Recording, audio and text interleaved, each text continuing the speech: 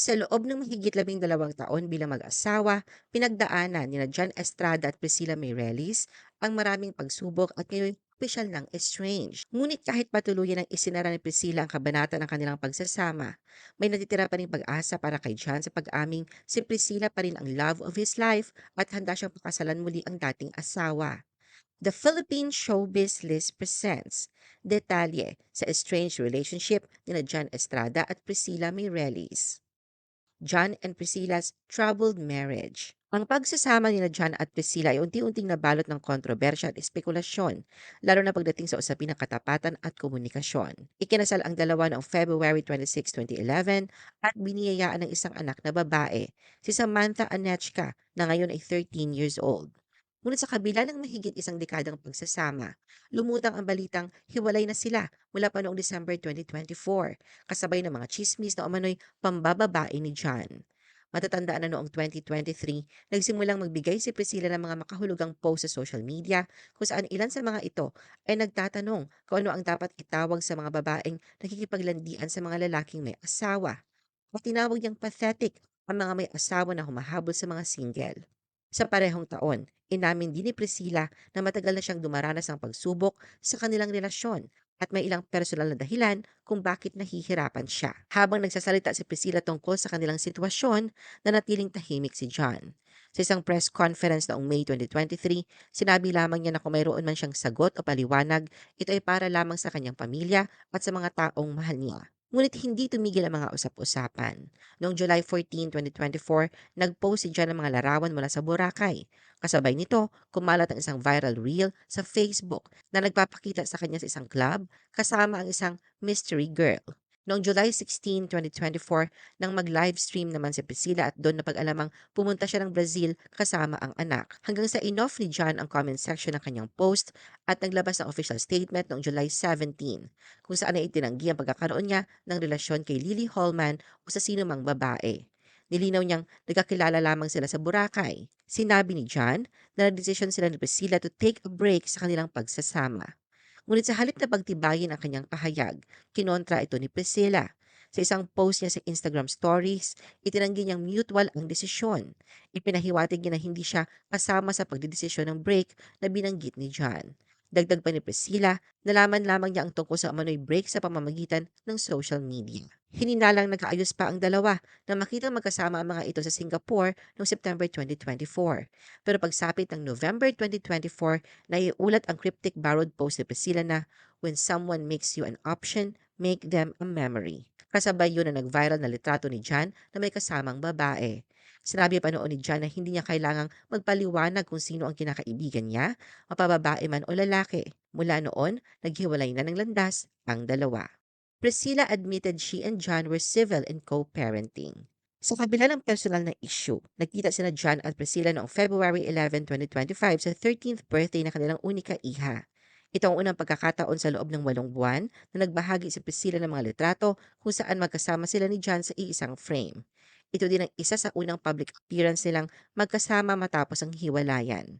Sa pagkakataong ito, mas naging maayos at magaan ang pakikitungo nila sa isa't isa, bagay na agad nakapukaw ng pansin ng publiko.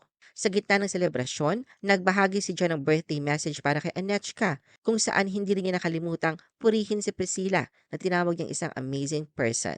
Kaugnay nito sa isang panayam, nagbigay linaw si Priscilla tungkol sa estado ng relasyon nila ni John, lalo pa at may ilang nag-aakalang nagkaayos na sila. Ayon sa kanya, sila ay nakatuon sa maayos at respetadong co-parenting para sa kanilang anak. Ani Priscilla, ang kapakanan ni Anechka ang pinakamahalaga sa kanila at nananatiling buo ang pagmamahal nila rito kahit hiwalay na sila bilang mag-asawa. Nang tanungin siya kung sila ba ni John ay magkaibigan o basta civil lang, diretsahan niyang sagot, "We are civil." Dagdag pa ni Priscilla, malaki ang respeto niya kay John bilang ama ng kanilang anak. Inamin din niyang maayos at responsabling ama at provider si John at pinasasalamatan niya ito sa mga pagsisikap nito sa ganong papel. The book is closed. Sa mga umaasang magkakabalikan pa sila ni John, binigyang diin ni Priscilla ang pagtatapos nito. Ito ang binunyag niya sa panayam sa kanya ni Karen Davila noong Abril, kung saan inamin niya na ilang ulit na siyang pinakausapan ni John na makipagbalikan matapos ang kanilang paghihiwalay. Bagamat nakakaramdam daw siya ng kaunting pagkakilig sa ideya, hindi ito dahilan ng mga pagbabago sa kanyang buhay.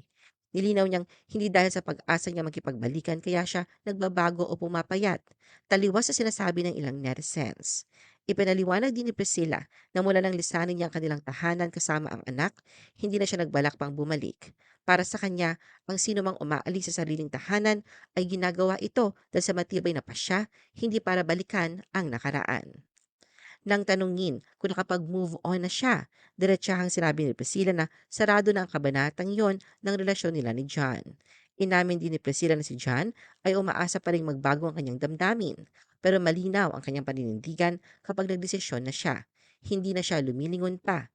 Tinukoy din niya ang mga isyong dahilan ng hiwalayan, kabilang ang kawalan ng respeto at ang lifestyle ni John na hindi niya kayang pagtiisan.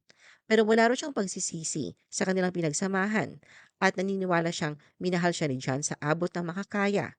Ngunit ang problema, ayon kay Priscilla, hindi yun ang klase ng pagmamahal na kailangan niya. Priscilla rediscovering herself and returning to showbiz. Noong June 2025, pumirma si Priscilla ng kontrata sa Viva Artist Agency bilang bagong talent. Tanda na kanyang opisyal na pagbabalik sa mundo ng showbiz. Sa panayam, sinabi ni Priscilla na pinili niyang ipagpatuloy ang kanyang showbiz career sa Pilipinas dahil itinuturing na niya itong tahanan. Hindi na raw niya nakikita ang sarili na manirahan o magtrabaho sa ibang bansa. At kahit kasal sila ni John, hindi dinala ni Priscilla ang apelyido nito. Inamin niyang hindi niya binago ang kanyang mga papeles, kabilang ang kanyang passport, na nakalagay pa rin ang kanyang maiden name at single ang kanyang status. Hindi nag-apply si Priscilla ng Filipino citizenship dahil ayaw umano niyang i-give up ang kanyang Brazilian nationality.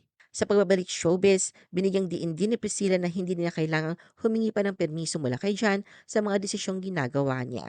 Bukod pa rito, naging mas aktibo rin si Priscilla sa pangangalaga sa sarili. Sa katunayan, marami ang nagulat na mukhang bata at malaki ang ipinayat niya. Inamin din ni Priscilla na bukas siya sa posibilidad ng panibagong pag-ibig. Naniniwala siyang nasa tamang edad pa siya para magmahal muli at handa siya tumanggap ng manliligaw kapag hindi na siya legal na asawa ng iba. John focusing on his career moving forward. Katulad ni Priscilla, nariyan ang pag-usad ni John mula sa hiwalayan. Isa siya sa mga pangunahing cast ng teleseryeng FPJ's Batang Quiapo, kung saan ginagampanan niya ang papel ni Rigor de Magiba. Sa mga panayam, ipinahayag niyang masaya at honored siya na maging bahagi ng isang matagumpay na proyekto. Hindi lang sa drama aktibo si John, isa rin siya sa bida ng bagong comedy web series na Wais at Eng kasama si Long Mejia na ipinapalabas sa YouTube. John says he's willing to remarry Priscilla.